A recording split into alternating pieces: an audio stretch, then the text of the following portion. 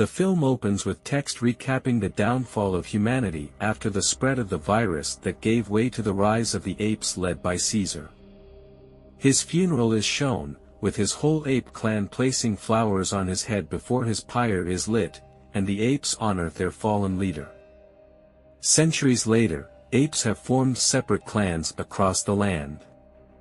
3 young apes, Noah, Sunna, and Anaya, go out in search of eagle eggs for a bonding ritual since their clan trains eagles to help with tasks. After Sunna and Anaya get their eggs, Noah climbs to the highest nest and manages to grab one before the mother eagle swipes at him and causes him to fall. Noah manages to catch himself on the side of an old building. As the 3 start making their way down, Noah notices that his blanket is missing from his horse.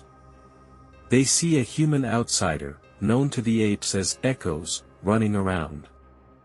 The apes chase after the human, but she abandons the blanket and runs down a dark tunnel.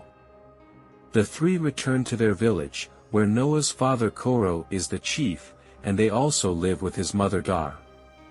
Noah talks to Koro about the upcoming ritual for the next day but also warns him about going beyond the valley after catching the human scent on the blanket.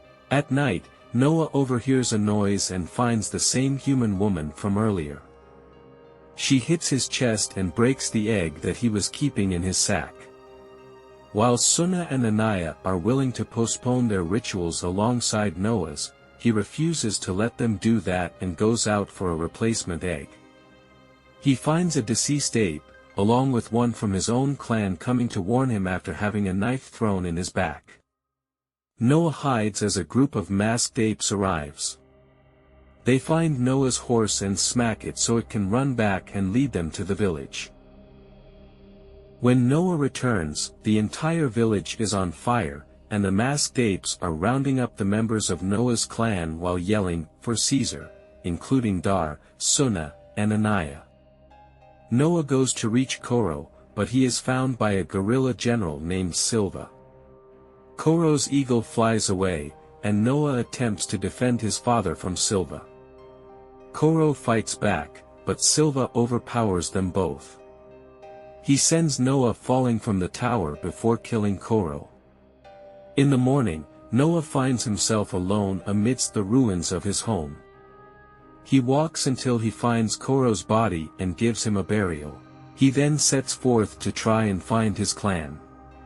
Koro's eagle reappears, but when Noah attempts to bond with it, the eagle claws his arm. He continues to travel and rests when necessary, but Noah ends up falling through a glass ceiling and into a trap. He cuts himself down but then is met by an orangutan named Raka. He initially believes Noah is with the masked apes, but Noah explains his situation.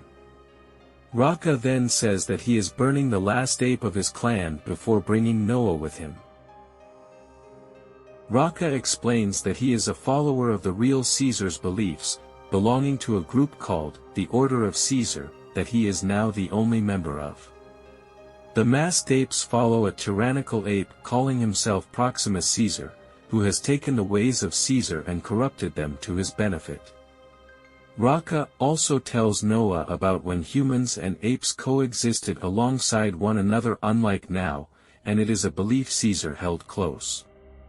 Raka joins Noah in his mission to locate his clan, and on their way, they run into the young woman again after they set up camp. Raka gives her food and convinces Noah to give her his mother's blanket for warmth, even though Noah does not trust her. Raka names her Nova, after the human girl that Caesar befriended. Later at night, Caesar comes upon an observatory and looks up at the stars through a telescope. The woman then looks through the telescope and reacts with similar astonishment as Noah. The following day, the woman joins Noah and Raka as they come upon a herd of zebra drinking from a lake. Suddenly, a group of humans emerge and also drink and bathe from the water. Then, Proximus's apes arrive and start to round up the humans for sport. The woman hides in the grass while Raka tries to protect her, and Silva goes hunting for her. Noah rides his horse to try and find both of them, but the woman yells out Noah's name and is rescued by him. With Raka's help, they outrun the villainous apes and make it to the shore. The woman then speaks and says her name is May, and she tells Noah that the apes are taking his clan to a bunker while she hopes to find other humans.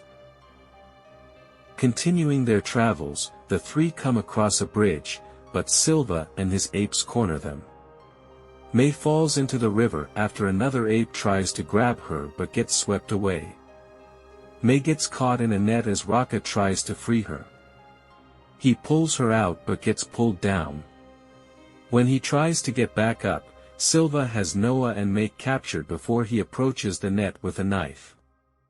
Raka reminds Noah of Caesar's creed, apes together strong, before Silva cuts the net and sends Raka down the river. Noah and May are taken to Proximus's settlement, which is right next to a giant vault that he has been trying and failing to open for some time. Noah reunites with Dar, Suna, and Anaya before being taken with May to meet Proximus. He has been taught by another human, Trevathan, who is willingly subservient to Proximus since he has accepted that humanity's reign over Earth is long gone. Proximus explains that he plans to evolve and conquer once he learns the secrets of the vault, and he thinks Noah may be useful in his endeavors, while also warning him humans cannot be trusted. Outside, he speaks to Dar, who has come to accept her home is gone. Noah seems to have given up hope until he sees the necklace that Raka left him with, reminding him of Caesar's ways and convincing himself that Proximus's law is wrong. Noah goes to find May and confront her over what it is she really wants. She tells him she is looking for something she says is like a book to help humans communicate again. They team up with Suna and Anaya to destroy what is inside the vault by getting it wet so that it may be useless to Proximus. Trevathan sees them and tells them their attempts will be futile. May tries to convince him to join them, but Trevathan has given up on humanity and is going to tell Proximus, so May chokes him to death and has the apes throw his body in the water. They then plant explosives around the dam and find their way through a secret entry that May knows about. Inside, the apes find picture books showing apes behind bars in zoos, while May finds her book, which is a deciphering key inside the vault's machinery. The heroes start to make their way out of the vault until they are met by Proximus and his apes. One of his lieutenants, Lightning, holds Suna at knife point as Proximus demands that May admit what her plan is. May takes out a gun she found in the vault and shoots Lightning in the chest, killing him. When Proximus asks if there are more guns, May says he cannot have what is inside and proceeds to blow the dam, flooding the bunker. Proximus's apes are killed while the Eagle clan starts climbing their way up. Noah is chased by Silva, but he manages to squeeze his way through a gap that Silva is too big for, leaving the brutish gorilla to drown. The apes make their way up to the top, but Proximus finds them and begins to attack Noah for ruining his plans. He intends to make him bow before killing him, but Noah begins to chant his father's songs to command the eagles, leading the rest of the clan to join him as the eagles proceed to attack Proximus, clawing and pecking at him until Dar has her eagle deal the final blow as the eagles pull Proximus over the ledge and send him plummeting to his watery grave. Noah leads the apes back to their home, where they begin to rebuild. May finds them to come and bid Noah farewell, but he tells her he has come to agree with one thing that Proximus said, which is that humans will do anything to serve themselves. May admits that she is trying to get humans back to reclaiming their planet, but Noah questions where that will leave the apes. May arrives at a human base and is met by a woman named Corina. May gives her the deciphering key, which Corina brings to her team, and they use it to activate a network of satellites so that they may contact other human survivors. Meanwhile, Noah takes Suna to the observatory so she can look through the telescope up at the stars with him.